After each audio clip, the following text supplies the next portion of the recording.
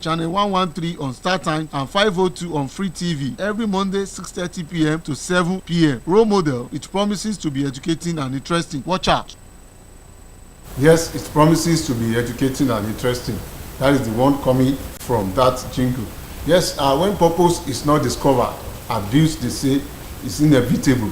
And it's very important that you understand the purpose, why you live, and if you have this understanding, it's going to guide you into the right direction in doing things properly and in ensuring that you are there at the right time. It is on that note I'm welcoming you, our viewers, on board on yet another scintillating edition of your darling program, Role Model, coming to you at this time on this channel every Monday. And of course, on behalf of the entire production crew, starting from the DGPS, Mr. Cholade Igbaruola, and also the GM television, Adeola Adebayo, Mr. Adeola Adebayo. Of course, my producer is Adesoye Awodeji, and the entire member of production crew, whom together will be doing this program together at this time. And I want to welcome you on board once again. Yes, on Role Model, we discuss issues that are pertinent to our younger generations, issues that concerns these younger people.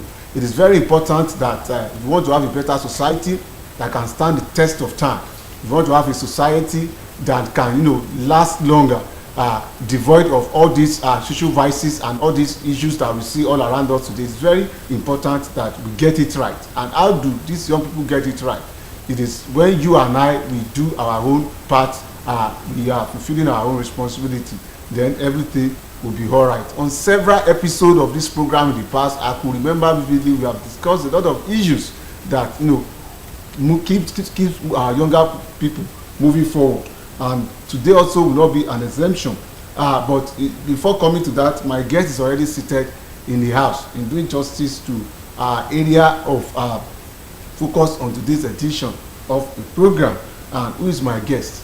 Right? We want to go the line of godliness, we want to go the line of spirituality, we want to go the line of clergymen. I have with me in the studio Superior Evangelist Adeoye David Daniel Cornerstone.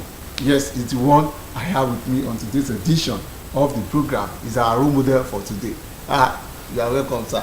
Thank you, sir. It's a privilege to be in today's program. I really appreciate you. And to the viewers at home, everybody listening to us all over the world, good evening to you all, and I pray that the Lord Almighty will bless each and every one of us today.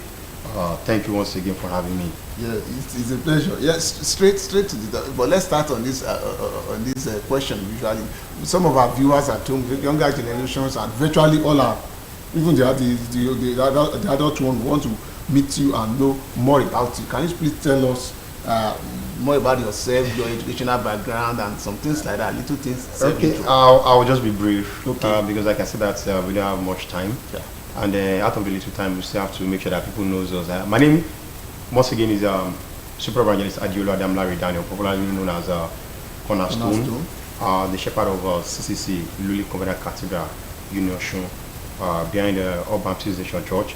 Actually, I was born some years backward, yeah. Okay. In this month, actually. Okay. The month of love. A month of love, actually. by God's grace, this Friday, I'm going to be having another year. So February 21, in the 90s. Yeah. And I was born in Lagos to the family of my father, late evangelist Adeolu Ole, of blessed memory. And we have 5 in our family, and to God be the glory, at least each and every one of us are doing fine.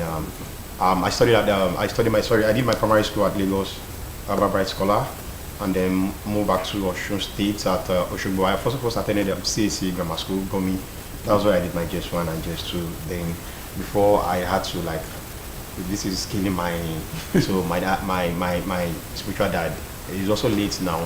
I had to this boy has a future, then he doesn't need to be in this gathering, so they had to change my school then to Echada Comprehensive High School. Okay. Then I think I finished my secondary school then in 2005. So from there I went to Osun State College of Technology, Southgate for my ending. From there I did degree at Osun State University, English Edu. English education. So, but I did my my AD was accounting actually. Okay. So I had to just had to change from accounting to education. Actually, because I love teaching. You know, when I was young, you know, my dad as a shepherd, and then when I was in the shop actually, then at Obalende, my dad's church at Obalende, then he was the shepherd at Sisi Obalende Bom area. So you know, we had this Sunday school section, and he was like, okay, you have to be the Sunday school teacher.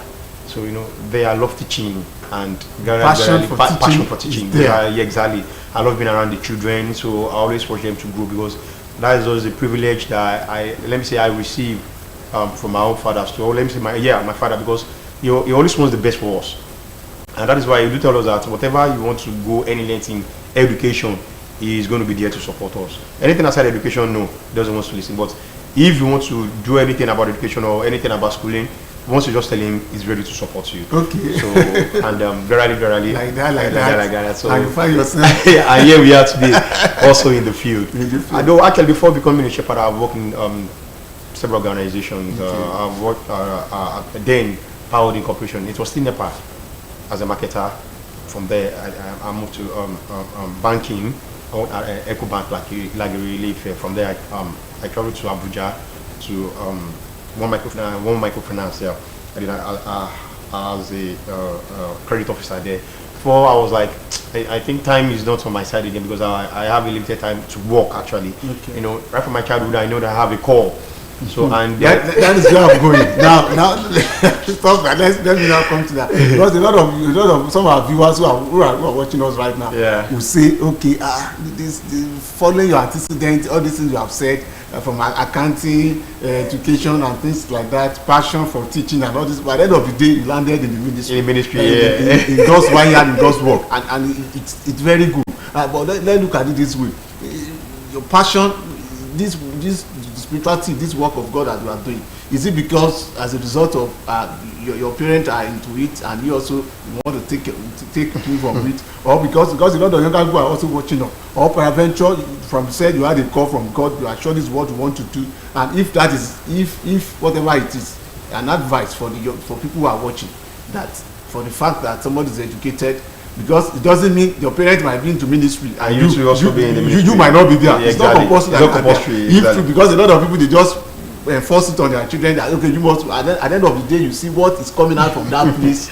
It's not meaning well to the society. Because some of them say, what are the machine on? And you see even those children committing a lot of atrocities, because the hand of God wasn't on them. It's different from somebody having a call. You understand the point I'm driving? Yeah, exactly. So let's see from your own case. Thank you. I really appreciate that. I'm going to pick it up from the book of Jeremiah chapter 1 from verse 8. Okay. The Bible makes us understand that right from your womb, I know you and I've called you. That's just my own similar case.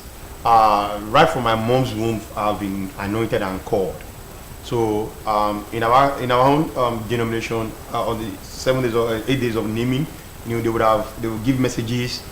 The joining that a child is going to become, the path exactly, that's going to take in the next future, a clue to his future. You understand? Sorry, you're right. That's what being exactly. That's how our denomination looks like. So right from my childhood, they've already told me, even though right from my mom's, nothing magical. You know, and coming to this world again. Personally, myself, right from my childhood, I don't know that. I know this is my line, because it is what they do say. So, you know, I become to grow again in the like getting older, knowing the doctrine, and thank God to our fathers. Let me say, because I said I use the word they, because I have two fathers here. So my spiritual father and my biological father, they are also in the line. You understand? So they were able to put me through right from my childhood in the process. What to do and what not to do, and the right thing to do in this doctrine. So, you know, I also grew up knowing the right thing to do. So, and also the message keeps coming, no matter what you do, this is what you do. So you have to go back. So I there was a time that I finished my university. I was like, I want to go and have experiences about the world. And he told me, I said, do I have no right to work under anybody? I was like, no, I just want to know what it takes to use a certificate to work. Okay, I was given a grace of 1 year. Actually, 1 year turn to 3 years. You know, I begin to ask for more. You understand? But later, when you know, at times when this currency has already been, you tend to forget. So they call it. So, but thank God at least we still have the grace coming back to. No matter how we go through, we still because of paucity of time. Yeah. Now let's look at it this way. You really talk about from the analogy and you give to us now. It shows that you are enjoying a very cordial relationship from your parents. Yeah, exactly. Your parents were in support because they right from the onset, they know what about to become in the future. So, and this program is role model. Yes, sir. A word of encouragement to parents. Yeah, thank you very much. Allowing your children to grow in that area, the area of strength. Exactly, sir. There's something I really want to appreciate God, and I want to appreciate my parents, most especially my spiritual father. I never grew to know my father that much. Not because of anything, just because his time was short on earth. Yeah, it was. You know, he died very early at the age of 45 years. But before his death, my father had to hand it over me to my spiritual father, which is my dad's elder brother, in the person of late evangelist, super evangelist Joseph Iduwolawi, and is the pioneer shepherd of CCC Okebukun, that is directly opposite us here. And you know, then. He has already also he knew what I'm into, like what I'll become, because he's a very spiritual man, and he always supported us. Like, even though me with my younger ones and his children, if we fail to go to church, he's going to discipline us. You understand that? He instigates that fear that we should know God, we should worship God, irrespective of him being a shepherd. But we are personal encounter with God at our tender age. You know, Joshua was called at the tender age. Samuel was called at the tender age. You know, and we can say that God used them to become somebody that no matter how we are going to make reference to prophets and man of God, we are still going to make references to them. So what's your advice to parents? My advice to parents is just that once they have a child or their children, they should be able to guide them in the right path. Though we all know that many parents, they always tend to look for money, hustling, that they forgot to understand that they have a future to build because their time is going and they will be the one to step in their future. It is their product that will speak about them tomorrow. And if they don't make use of them or they don't lead them to the right path, they might regret it tomorrow. I don't know if you understand, because I can say categorically today that it is the help of God and the help of my family, my parents, that I can boldly stand in the presence of people today. Because what I was able to tap in then, I'm making use of it now, which is really working out for me. So, dear parents at home, listen to me, watching us today, please and please, no matter what, make sure you have time for your children. You dedicate time. Let them have this your love. Let them know that yes, this is what life is all about, and put them in the right path. Many parents now, they will just give back and they don't even, how their children are surviving, they don't even care, they don't know. You can see a child that doesn't have a cordial relationship with their mother or the father. I don't know if you understand. If you even call just this our generation, let me just say, I'll tell you, just call to 60, let me say out of 100%, how do you see 10 that speak regularly with their parents? How do you see 5? That disconnection. The communication is not there. So they are losing it. And once they are losing it, they don't have anybody to confide in. And that is why we see series of cases that a younger children are getting raped, they are being adopted, they are linked to, you understand? So because it is peer pressure. I happened to meet someone some time ago. She told me that she was raped at the age of 6 years and she couldn't tell her parents. Wow. And she was raped by a cousin that they are living in the same house together. How come will a mother and a father who know that the child was raped in their house? At that age. So she has been, addicted to that stuff. So she has been abused from childhood because she has this fear that if she told the parents, what would they do? So there's not this love because the parents they are not even available. So those are the reasons that cause a lot of atrocities in the world we have today. Thank you. So please, I want them to our viewers, you are watching us. The program is role model and it's very the vibe is there because we are younger people, and it's very important that we get it right, because attending to our children giving time to them, monitoring what they do is very important. And look at my guest here. He's telling us how he started, and with support of his parents, monitoring both spiritual fathers and the physical one. He was able to to get it right, and he's doing fine. And in the vineyard of the Lord, that is where he. Let me throw these questions. A lot of people today believe in the society that the lot of issues that we have in the society, all the social vices, all the not too well good side story of the thing in society. Okay. Clergy, ministers of God, be irrespective of denominations now, cannot exempt themselves from, it because the society, likely, especially this part of God, we believe so much in our clergymen. Exactly. Whatever they told us, you understand? And the question now is, you as a minister, spiritualist, minister in the house, vineyard of God, and for all these years I've been working, I know you have gotten a lot of experience. Do you think you are getting it right? The ministers are passing the right message to our younger people, to the generation generally? Because if truly we are, I don't think our society will be this way it is. You understand what I'm trying to say? I understand. Actually, should I say the world we have now has been confused to the extent that even though ministers of God, they don't even know their calling. Many people are after the wealth, not about salvation. Many people are not preaching the gospel of Christ. The truth of the truth. Because they don't if they speak the truth. People, and who is going to pay the tithe? And it is that tithe they are making use of their well-being.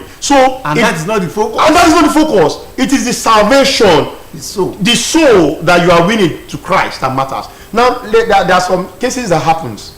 If I said I should begin to, speak, the time is not going to be on our side. But the fact is, I will just have to tell the ministers of God out there, let the salvation of our people be the paramount thing in whatever we are doing, because we are going to account for them. I don't know if you understand, sir. The Bible makes us understand that the fear of the Lord is the beginning of wisdom. If you have the fear of the Lord, as they see us as mini God, yes, not even mini God, they see us as God, because we are God representative. So what we tell them matters a lot. But the fact is, many people are preaching religion, they are not preaching Christ. And that is where we are missing it. Forget about being Christian, Muslim, traditional. No, but we need to preach the love of God for human. That God loves us and we need to love ourselves. By then we'll be able to at least capture a outcome. Okay, I have some series of cases. I'm in the midst of youth. I gather with them, I move with them, I play with them. Many people will be like, why are you moving with this youth? I was like, I need to move with them. Because if I don't move with them, they won't be able to tell me their pains, their problems. Because they will see me, it's too godly. You understand? And which is not so. Many people, they've seen their pastors as idol. I don't know if you understand. I understand. A deity. Which is not supposed to be. Make friends with them. You understand? Open up to you, so they will be able to put their truth of the gospel, the word of the Lord. You understand? So now if you see many pastors, it is prosperity, blessing, breakthrough, but not salvation. Okay. And they forgotten that it is that salvation that matters most. So the salvation exactly is key. Is key too, and they should be able to at least teach them also in the right path, because the Lord, Jesus Christ said, "I am the way, the truth and the life." No one comment. No, but so once we know that, we just know that. Okay, because my time is fast. Let me quickly now come to this other side. Okay, sir. My time is not fast. I know ever since you have been to the ministry, you have some challenges, you have some achievement and things like that together. Can we just look at it briefly? Let's start with the challenges, just one or two. Or as in be smooth like that. There is already smooth sailing. It is not smooth. And yet, thank God that it is smooth. If I have to talk about the challenges I face in this ministry, God, is it the one that happened just recently, or the one that happened last year, or 2 years ago? But the fact is, the Bible makes us to understand that conquered the world. Yes, you understand, sir? So, if we say we want to have a smooth sailing in this ministry, is a total lie, except you've added something to it. The cross is not easy to carry. Jesus Christ, at the point he was tired, there was one that come to rescue him. That's the thing. You know, what I mean by that is also that, well, as a full-time shepherd now, this is my 5th year, like a full-time. Not the one I'm assisting my father, but as a full-time, this is my 5th year. And I can say to God be the glory, is it the one that I was arrested? That I slept in station for days? in the course of this, okay, achievement. Let's look at achievement. Okay, yeah, and to the achievement, well, I won't forget, I will keep on appreciating God, because it has not been easy, though. Because it was in this ministry I got wedded, like I did my wedding, and it was and is it the blessing of the child that God has given to me in the ministry? Is it the house? And to God be the glory now, the church of God that I personally myself we are building to the word of God, you know, and it's moving. And in this journey, God has given me the grace also to travel out of the country. And it is true. It is another achievement. So, and it is true. The ministry, God was able to at least, or is, and we continue to, you know, make it easy. Okay, thank you. I want you to react to this. One of the major issues we discuss on this program. Okay. We talk about hard work. We talk about patience. We talk about perseverance. Exactly. And issues that, but if you look at the program is role model. Some of our youth today, our younger generations, somebody told me he doesn't like to be hearing those words because he said olden days during this old time, during their own time, environment were conducive, a lot of things were there, so it's very easy when you know you are into hard work, the result at the end of the day will come. But nowadays, he said that the environment wasn't too conducive for all of these things. There is no environment that is too conducive. You as a role model, as a young man of God in the work of God, and you are doing fine because we bring a lot of different professions, different fields, you understand, into the program. But now in line of spirituality, what would be your advice? I want in form of encouragement to some of these youths that hard work pays, patience pays. Exactly. And that is the only thing that can last long. I will nowadays they don't want to hear anything about because of our time. I'm going to say this. Okay. The first and foremost advice I'm going to give to the young generation or the youth out there is just that they should know God. Number one thing. Yes. God first. If you know God, you have to have a focus and a vision. Focus and vision. Once you have a vision, you'll be focused. Many people lose it along the line because they tend to like, it's not working. Okay, if things is not working in the first year, they'll be like, what is so major? They will just abandon. No, because you don't know. Like, okay, let me just use an example. The 10 virgins. You understand? 5 of them have already prepared ahead of the future. Like, wise. Okay, they are wise. You understand? They are prepared. Okay, we don't know when the husband might come. Okay, but let us just get prepared ahead of. So, you understand? So, what I'm trying to say is just that we shouldn't lose focus in the journey of life. The moment you lose focus or you are distracted, you lose it. The other thing again is just that keep striving no matter what. If you are not getting it right today, you will get it right tomorrow.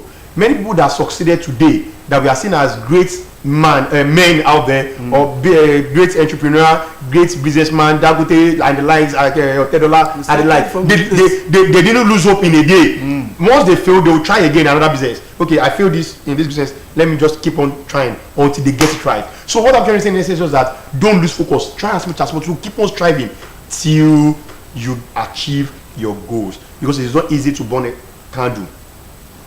Patience, please. Patience, endurance, a lot of endurance. I will tell you, when things was going bad for me, I got to a stage. I began to cry that God, you truly called me. But now I'm smiling because yes, I know, yes, my God has answered my prayers because He's there. You know, at that time I felt like I want to lose hope.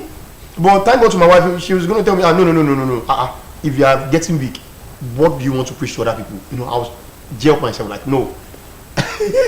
So. Let us be more patient, extra patience, because it is not easy. Rome wasn't built in a day. It takes time.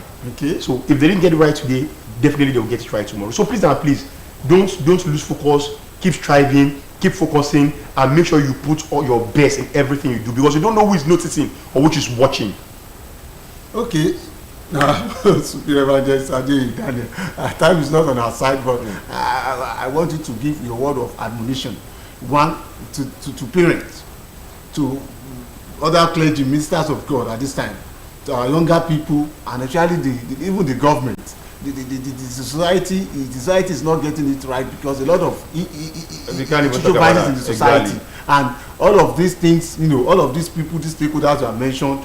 By the time they complete their role, come together to make our society very conducive and convenient. So, actually, I'm going to plead with the government at first to make sure that they provided everything the youth needs, because we are the leaders of tomorrow, and it is what the government gives to us that we can be able to at least use to become somebody. You provide a living environment, the good environment, of job, security, the job most especially. You can see at times if I look at many of the youth, due to pressure, they join thuggeries, a lot of things involved with smoking, drug abuse, a lot of things like that. So, and if you ask them, so because there's no job. But one thing is just that I will just beg the government to make sure that they provide good infrastructure, job, and the parents too, please. Yes. It's very, very important because you are the first family, and it is what you do that the children will emulate. Okay. And to the ministers of God, please let your word of God, the word you are impacting in them, be meaningful. Be meaningful, very, very meaningful. Tell them the truth. Tell them the truth, and let them know that without God, they are nothing. And I pray that God Almighty will help us all in the mighty name of Jesus. I want to appreciate you, sir. Thank you, God bless, sir. Evangelist Adeleke Daniel Cornerstone, for coming up to this edition of the program Role Model. Well, our viewers, this is Convenience Sport. We have to round it off. On behalf of the entire production crew, I want to appreciate you sincerely for coming together with us to do this program for today. God's willing, when we come your way with another topic to discuss next week, if we have the grace, when God's helping us. I am Oluwatobi Babarin saying bye bye and God bless you, Rigo. The right path in life and to de-emphasize the importance of finding shortcuts to success. These and many other issues will be the focus on Role Model. Join Oluwatobi Babarinde on OSBC TV, channel 113 on Star Time and 502 on Free TV every Monday 6:30 p.m. to 7 p.m. Role Model, it promises to be educating and interesting. Watch out.